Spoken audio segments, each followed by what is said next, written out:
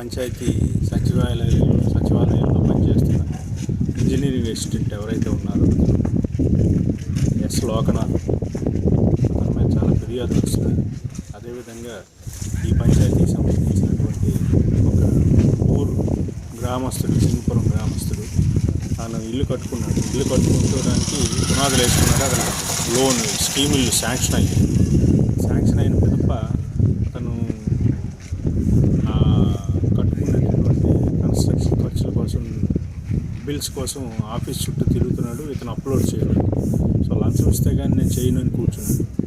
So అతను 2022 నుంచి కూడా ఇదే చెప్తున్నాడు. ఇతను డబ్బులు ఇచ్చుకోలేని పరిస్థితి.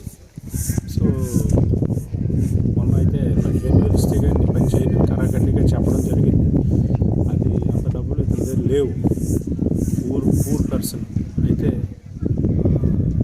5,000 తీసుకొని రా అడ్వాన్స్గా, తర్వాత మిగతా పని జరుగుతుంది కాబట్టి మళ్ళీ ఇద్దుగానిలే అని అంటే ఆ డబ్బులు కూడా ఇతని దగ్గర లేవు.